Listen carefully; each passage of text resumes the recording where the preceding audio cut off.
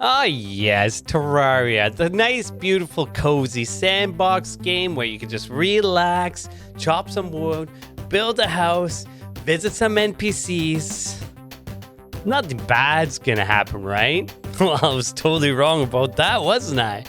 First things first, mining. You grab your pickaxe, it's called the copper pickaxe. We're gonna call it little toothpick because that's how it feels. It takes you an eternity. 2,000 picks later, you get yourself a nice copper armor set, right? When you get this armor set, you feel like, yeah, I got armor now. Well, it's wrong. It's basically tinfoil. The slime can go right through it and destroy you. You might as well put a post-it note on your back that says, hit me harder. But hey, that's the Terraria way. It is a slow grind, but you gotta work towards it. You gotta dig deeper, you gotta get better ore, you gotta upgrade your equipment, get stronger and powerful until you can face new enemies. But hey, you go from copper to iron, iron to gold, gold to platinum. Yeah, you got it. Yeah, that's right. But each step that makes you feel less squishy, and it's a satisfying process. But let's not forget the essentials. We gotta build a base. We gotta slowly upgrade your tools. And then you make rooms for your NPC friends to come in, right? It's great until you realize a lot of them hate being there. So they hate the environment they're in, the biome, or they just hate their neighbor. So you gotta figure out where to put them, because if you don't, they try to rip you off when you buy things off them. It kind of sucks. You see, I didn't realize that playing hardcore was one step, but also you gotta be a landlord? Interesting. Fun fact, every time I organize my stash, which is rare because I'm a very bad hoarder, I die. They just come up behind me. It's like the NPC, the guide, he just wants to open that door and he lets those slimes in to kill you. It's not fun at all. Then when you upgrade all your gear, you're great. You're gonna start exploring caves, go deeper and deeper and deeper, right? But then you realize it's never enough. The mobs hit harder, the traps are scary, and you're still swarmed by many, many slimes. It's just a never-ending battle. But hey, that's progress, right? Fun fact, it's not the bats, it's not the worms, it's not the slimes that will kill you the most, it's gonna be gravity. You fall, you die, the world laughs. You see, let's talk about the traps. You got the boulders coming from the sky, you got the poison darts coming from the sides, and on top of that, you got to worry about the mobs. Also, there's a thing called a Deadsman chest. So you kind of look at this chest, and it screams, "Open me up!" But then you get that feeling you shouldn't, because you realize the thing's strapped with TNT at the bottom, boulders on top, and then there's got darts everywhere trying to kill you. Welcome to Terraria. But luckily, Terraria has these things called accessories. They do boost you on some things. And I like to call them the magical fanny packs, because you can get these items that make you either run really, really fast, attack faster, negate fall damage, swim. I don't know, I got nothing. But you get the point. It just helps with the defense, movement, or attack speed. Two of my favorite ones are the Herm boots. It makes you run really, really fast. It's pretty straightforward to that. And the other one that I still haven't found, but I've been told by my minions, is a horseshoe. The lucky horseshoe? It basically negates all fall damage, which would have helped me a lot on a lot of deaths. Still haven't found one yet, but wish me luck anyway. Because in Terraria, gravity isn't just the law. It is also the weapon.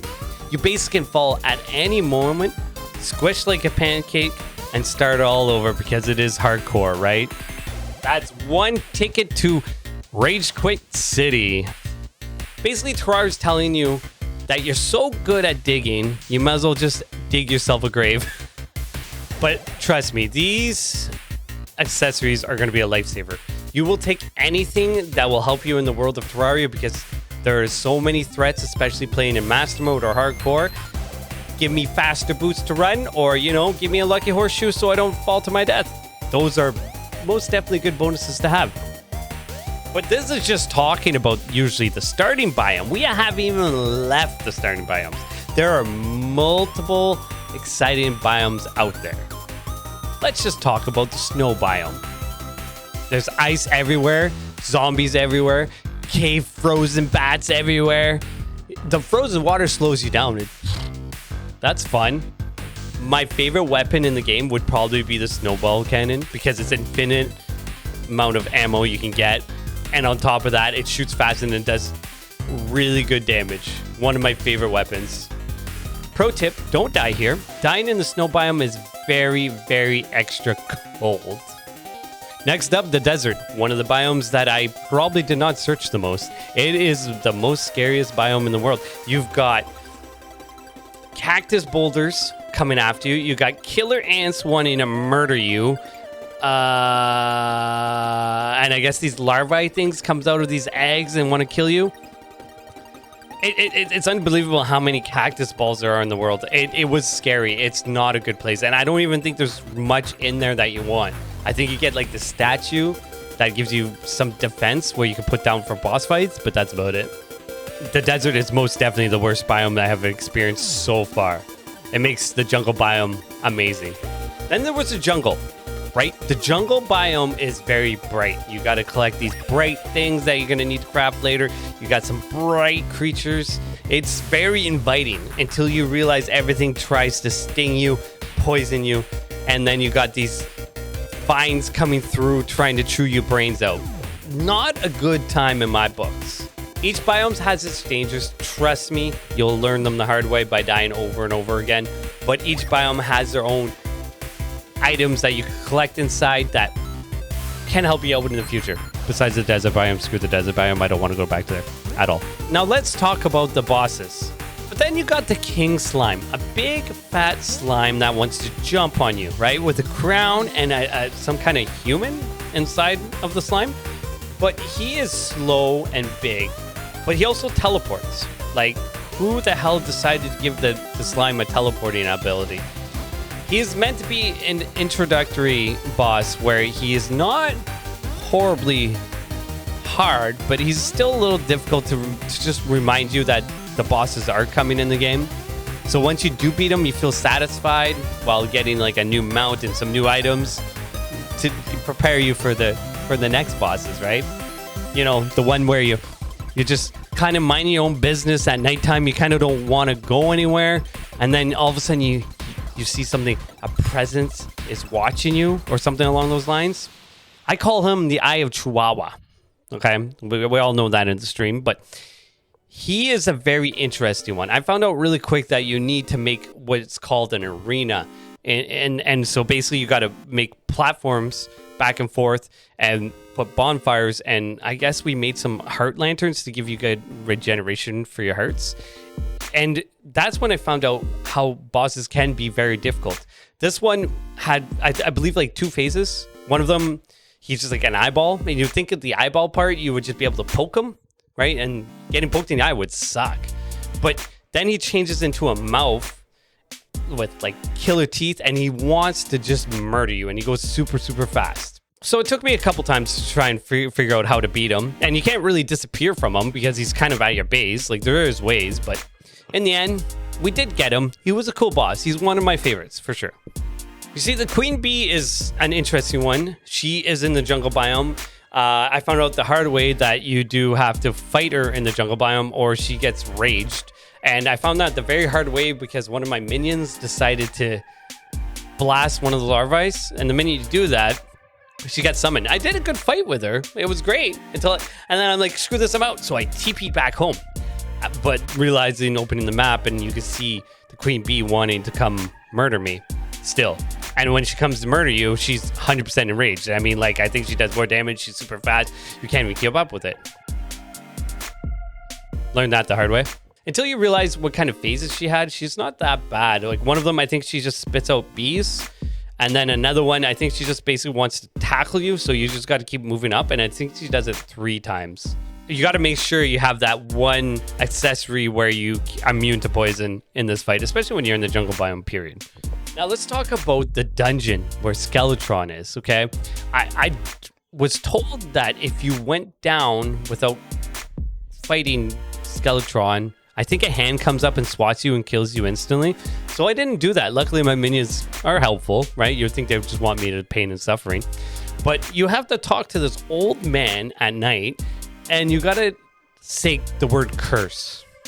And it has to be only at night. But when you say the word curse, a big skeleton thing pops right on top of you. 2 arms, head, no body, no legs. Don't know what happened. So this is an interesting fight. You have to make an arena on top, and you got to take out the hands before you take out the head, because the head is like more armored, and he basically wants to swat you. It was an interesting fight. I had a hard time. Once in a while, I TP'd out, I think like 3 times by accident. That was annoying. But if you don't take out the hands, you're basically going to be playing the game of whack-a-mole that will never end.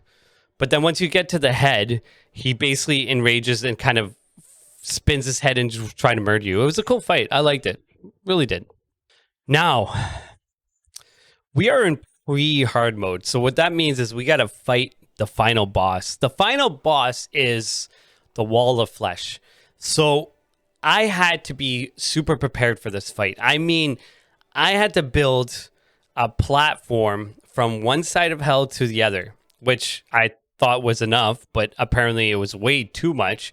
And on top of that, I had to make every single possible potion ever in the game for the buff and food. And on top of that, make sure the accessories, you got to go to the tinkerer, the guy that buffs your items, and you basically got to make sure you got +4 defense on all your items. So I was ready to rock and roll, nervous as hell, go straight up to the wall of flesh, and I went to go throw that doll in the lava. I accidentally almost shot my sword, my good sword, the Knight's Edge sword. I forget what it's called. How do I drop the doll? No, that's my sword. So that was stupid. I had to pause the game and laugh a little bit. But we summoned the wall, and the most epic fight begins. Super crazy music starts. 2 minutes later, I kill him. Super pumped, but also very over-prepared for the fight. But he was a cool boss. With his like tentacles coming out at you, eyeball and mouse, kind of going down through hell, trying to push you away. I liked it. It was cool. Just didn't expect to kill him so quick. Once the wall of flesh is done, you transition to what's called hard mode, where I didn't believe it, but it's literally what it's called. It's hard mode. Everything hits super hard. Health is super higher on mobs, and I'm talking about just basic mobs. And the new bosses that I haven't experienced before. This is just the beginning. And this is why I love Terraria. It's got some chaotic aspect of it, but also kind of exploring and type deal. It's basically Minecraft, but has content into it. And you can play it as hard as you want. I'm playing it in the master mode, hardcore mode. You could just play it in the easy mode and just have fun. It is a casual sandbox if you want it to be. It feels very like all earned and less hand-holding type deal. You got to learn the hard way by dying. And hardcore, that's rough. But you got to remember, the most important item in Terraria is teleportation. Thanks for watching. If you enjoyed the Descent in Madness, don't forget to like and comment and subscribe. See you on the next one, minions.